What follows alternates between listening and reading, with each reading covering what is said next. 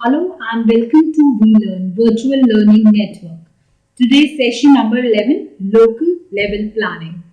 Topics covered are introduction, importance, approaches and issues, requirement for local level planning, public and private sector, and resort development.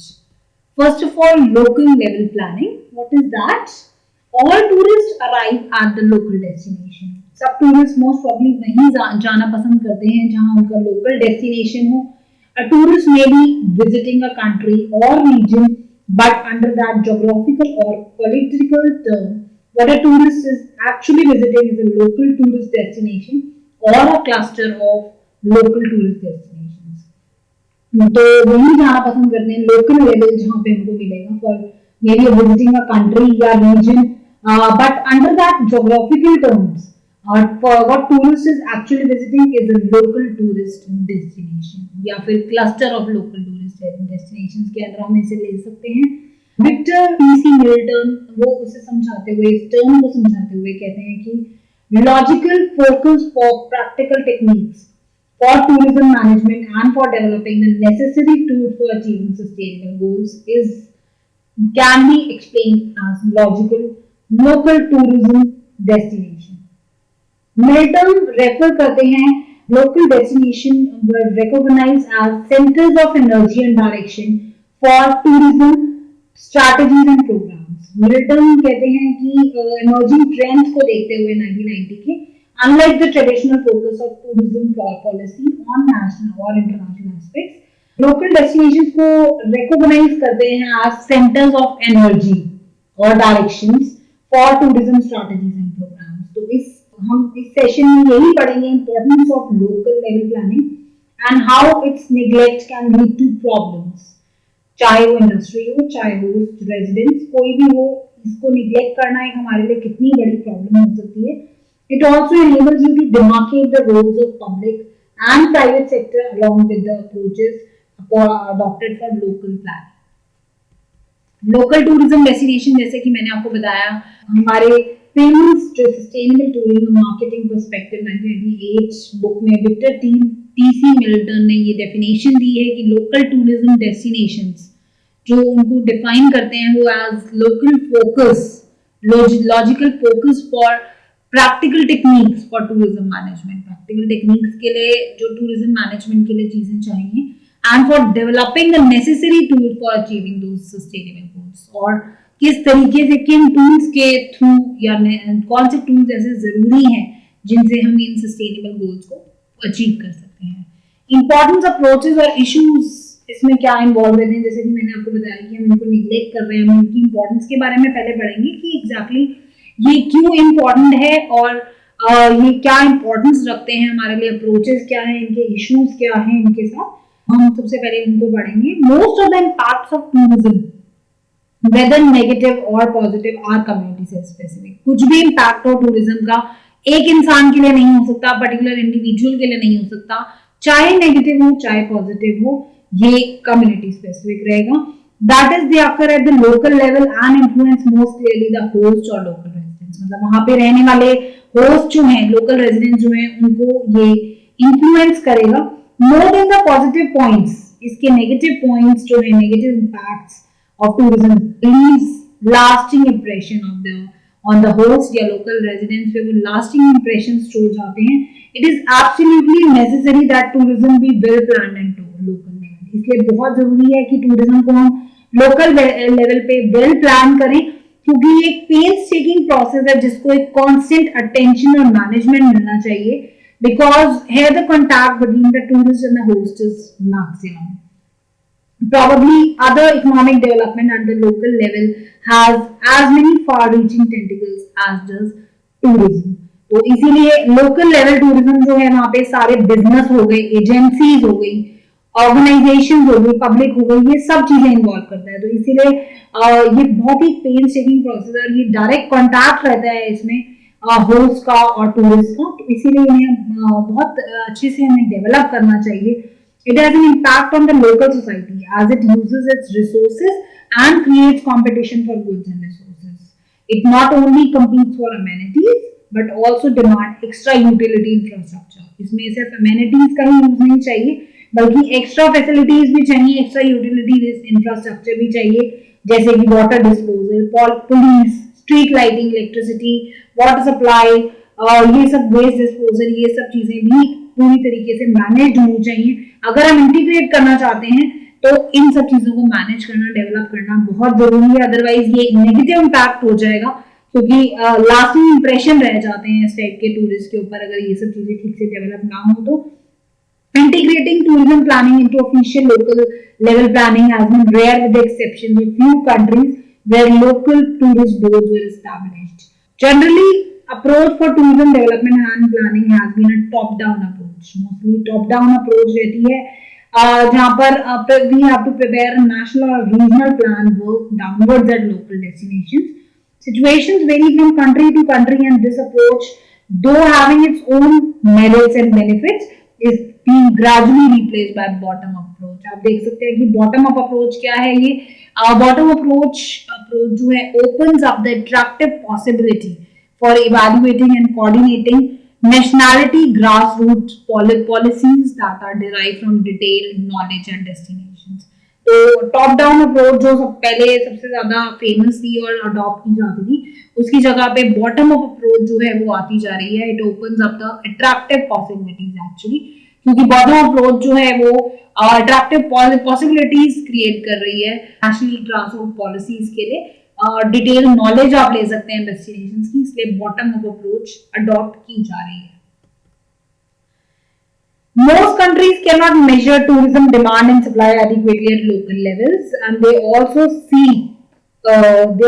lack the means of systematically researching environmental impacts and indicators. Middleton ने accept किया है कि grass root policies जो derive कर ली जाती हैं और उनसे डेस्टिनेशन का पता लगाया जाता है, मोस्ट कंट्रीज जो है वो नहीं मेजर कर सकती इस टाइप की टूरिज्म डिमांड और supply at local levels. They also lack the means of systematic researching environmental impacts and indicators. तो इसके लिए कुछ आप देख सकते हैं, among the most of internal and external factors have influenced this shifting of focus towards local level planning and tourism. कुछ internal factors आप देख सकते हैं of a destination one can list, जिसके अंदर हमें destination में ये कुछ factors list करने चाहिए। Growing awareness among the local host population that outsiders are profiting from the resources with no commitment to the destination. इस टाइप की अवेयरनेस हमें जनरेट करनी चाहिए, ग्रो करनी चाहिए लोकल या होस्ट पॉपुलेशन में कि outsiders are profiting from their resources, कि आउटसाइडर्स को काफी प्रॉफिट होगा, बेनिफिट होगा from their resources with no commitment to the destination. Feeling among the locals regarding conservation, sustainable development and proper utilization. Local जो लोग हैं वहाँ पर host population है, उनमें ये feeling generate करनी चाहिए कि conservation को लेकर, sustainable development को लेकर और proper utilization जो है resources उनको लेकर उनमें एक feeling generate करनी चाहिए, and to check over crowding, misuse, scarcities and other related problems created by mass tourism. इस सब चीजों का भी ध्यान रखना चाहिए। अगर इन कुछ internal factors हैं destination के जो हमें जरूर ध्यान रखने चाहिए अगर हम पर्टिकुलरली उस जगह को और ज्यादा ग्रो करना चाहते हैं और ज्यादा बढ़ावा करना चाहते हैं, वहां पर ग्रोथ चाहते हैं उस पर्टिकुलर फैक्टर में, तो ये सब चीजें जो है वो हमें ध्यान में रखनी चाहिए फैक्टर्स डेस्टिनेशन के, कि क्राउड वहां पे ओवर क्राउडिंग ना हो, उसके या किसी चीज की कमी ना हो, कुछ मिसयूज ना हो रहा हो, मोर अर्निंग थ्रू बेटर प्लानिंग, और हम बेटर प्लान करके कैसे ज्यादा से ज्यादा अर्निंग कर सकते हैं। Need to protect the rights and interest of host population, ऐसा ना हो कि होस्ट पॉपुलेशन को उससे डिस्टर्बेंस हो या उनके राइट्स के साथ कुछ प्रॉब्लम आ जाए, तो ये भी हमें याद रखना चाहिए कि there need to protect the rights and interest of host population. ये सब कुछ इंपॉर्टेंट फैक्टर्स, इंटरनल फैक्टर्स जो हमें डेस्टिनेशन के लिए याद रखने चाहिए। और कुछ एक्सटर्नल फैक्टर्स की बात करें, ये अभी हमने जो पढ़े that they were internal factors, अब ये कुछ एक्सटर्नल फैक्टर्स आप देख सकते हैं। Demand of better visitor management, यानी कि बेटर एक ऐसी विजिटर मैनेजमेंट की जरूरत है, डिमांड हो जो ज्यादा अच्छे से बेटर तरीके से विजिटर्स को मैनेज कर सके। Increasing competition among destination and the necessity for product improvement, और डेस्टिनेशन को कंपटीशन जो आ रहा है और ज्यादा हम उसको कैसे यूनिक दिखा सकते हैं, कैसे ऐसा शो कर सकते हैं कि वो बाकी डेस्टिनेशन से काफी बेटर है, and necessity for product improvement, क्या जरूरत है उसको इम्प्रूव करने की, ये कुछ एक्सटर्नल फैक्टर्स आते हैं। Impact of emerging tourism trends और इंक्रीजिंग डिमांड फॉर रिसोर्ट्स, तो ये कुछ एक्सटर्नल फैक्टर्स हैं कि रिसोर्ट्स की डिमांड को लेकर, बढ़ती हुई डिमांड को लेकर या एमर्जिंग टूरिज्म ट्रेंड से क्या इम्पैक्ट पड़ रहा है, इन सब चीजों को हमें ध्यान में रखकर हमें अपने डेस्टिनेशन को मैनेज करना चाहिए। Local tourism management is no more confined to play a reactive role.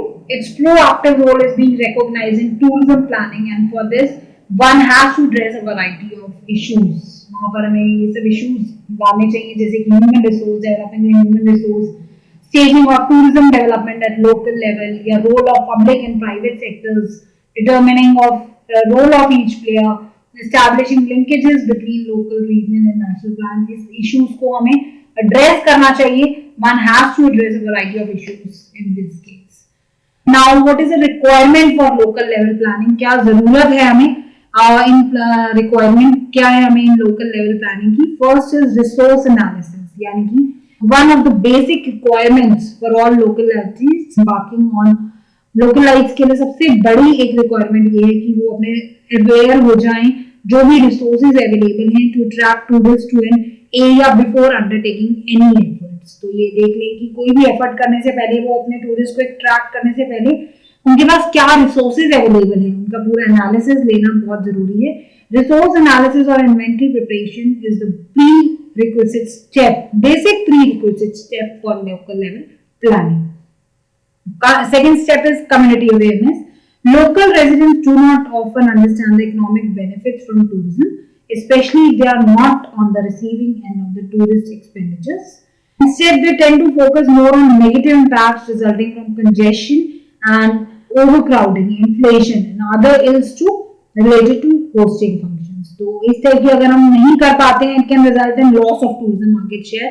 अगर हम कम्युनिटी में अवेयरनेस नहीं जगा पाते हैं, नहीं क्रिएट कर पाते हैं, तो loss of tourism market share की जैसी प्रॉब्लम भी हो सकती है, क्योंकि गेस्ट और होस्ट का रिलेशन पॉजिटिव होना चाहिए, पॉजिटिव एक्सपीरियंस आना चाहिए गेस्ट को फ्रॉम होस्ट और होस्ट को भी to one of open resentment. इस टाइप के रिलेशन जो है वो खराब हो जाएं तो आगे से टूरिज्म मार्केट में काफी नुकसान भी हो सकता है. अपॉर्चुनिटी रिकॉग्निशन, ये भी एक one of the most difficult things is to recognise tourism possibilities in the own area. Communities overlook even some of the spectacular attractions available to them. कभी-कभी communities वहाँ पे उनको नहीं पता चल पाता कि exactly recognize नहीं कर पाती कि क्या-क्या opportunities हैं available. कुछ इतनी spectacular attractions होती हैं उनके पास, लेकिन फिर भी वो उसे overlook कर देते हैं. There appears a feeling that if it exists in your backyard, then it must not be a notable attraction. ऐसा लगता है कि शायद हमारी backyard में है तो इसकी कोई attraction इतना है नहीं, इतना notable नहीं रहेगा ये. Attractions that are not easily recognizable are ethnic resources या फिर socio-cultural resources जिनको कम retention मिल पाता है, कम attention मिल पाता है. लेकिन हमें इनको proper identification करना बहुत जरूरी है attractions का, ताकि हम ज़्यादा से ज़्यादा टूरिस्ट को attract कर सकें. टूरिस्ट प्रोफाइल्स पता होना जरूरी है बहुत. विजिटर का प्रोफाइल असेसमेंट करना बहुत जरूरी है. Current tourist can reveal a great deal of information not only about the quality of present attractions but services present हैं या क्या नहीं है, lacking services, क्या additional attractions होने चाहिए, उनकी need क्या है, इन सब चीजों की आपको knowledge मिल जाएगी through tourist profiles. Tourist profile reveal करती है quality of guests coming to the area and whether the residents want these kinds of tourists or not. Next is use zones. Zoning is a concept that is understood and applied although loosely throughout the world. Zoning जो है वो चाहे इसको usually हम apply करते हैं, लेकिन ये पूरे वर्ल्ड में अप्लाई हो चुकी है, एडमिनिस्ट्रेट हो चुकी है. Actually it is a technique to designate specific area for specific activity. हम ये सोच रहे थे कि इस एक्टिविटी के लिए ये एरिया सही रहेगा, जोन्स में उनको डिवाइड कर देते हैं. चाहे it is not practice in proper manner, it is practice although loosely, but it is being understood and applied through out the world. Now, public sector determines the planning of these things. Public sector किन-किन चीजों पे ध्यान देती है कि किन-किन चीजों की planning करती है. Owners of local level tourism planning is with the elected local bodies and officials. देखा जाए तो elected local bodies और officials ही इन सब चीजों का ध्यान रखते हैं. They not only lack expertise in the area but also not aware of the tourism potential. देखा गया है कि इस टाइप की लोकल बॉडीज जो हैं इनको सिर्फ एक्सपर्टीज की बिल्कुल नहीं है, इनमें they totally lack expertise, but also they are not aware of the tourism potential. They also lack, they also, this also leads to lack of will and initiative, and danger of playing to the tune of outsiders is there. तो इस तरीके की चीजें ना हो, इसलिए there is a triangular interaction at the destination, जहाँ पे टूरिस्ट, लोकल कम्युनिटीज और टूरिज्म प्रोडक्ट्स यानी कि अट्रैक्शंस, इनके बीच में ट्रायंगुलर इंटरेक्शन रहता है. और ये इंटरेक्शन जो है फैसिलिटेट कौन करता है? Through public and private sectors. Beside the elected representatives and officials, private businesses too has major stakes. Private business भी यहाँ पे स्टेक पे लग जाते हैं अगर इन सब चीजों, पब्लिक सेक्टर ने इनको ठीक से नहीं मैनेज किया इन सब चीजों को, तो प्राइवेट सेक्टर भी स्टेक पे लग जाते हैं. क्योंकि होटल हो गए या इस टाइप की चीजें जो अकोमोडेशन की जगह हो गई या ट्रांसपोर्टेशन हो गई, तो यहाँ पर प्राइवेट बिजनेस भी स्टेक पे आ जाते हैं अगर पब्लिक जो सेक्टर है, लोकल बॉडीज हैं, इसको ठीक से एक्सपर्टीज के साथ इसको नहीं मैनेज करती हैं. इसलिए प्रॉपर प्लानिंग की बहुत जरूरत है ताकि all the players in the decision making take important part in that, significant role in that and mark the distinct rules. Public sector की हम जहाँ बात करें तो उनको इन सब चीजों की प्लानिंग कर लेनी चाहिए. लैंड यूज की कि कहाँ पर कार पार्क होंगी, कहाँ थिएटर बनाया जाएगा, पब्लिक पार्क, इन सब की प्लानिंग करना बहुत जरूरी है.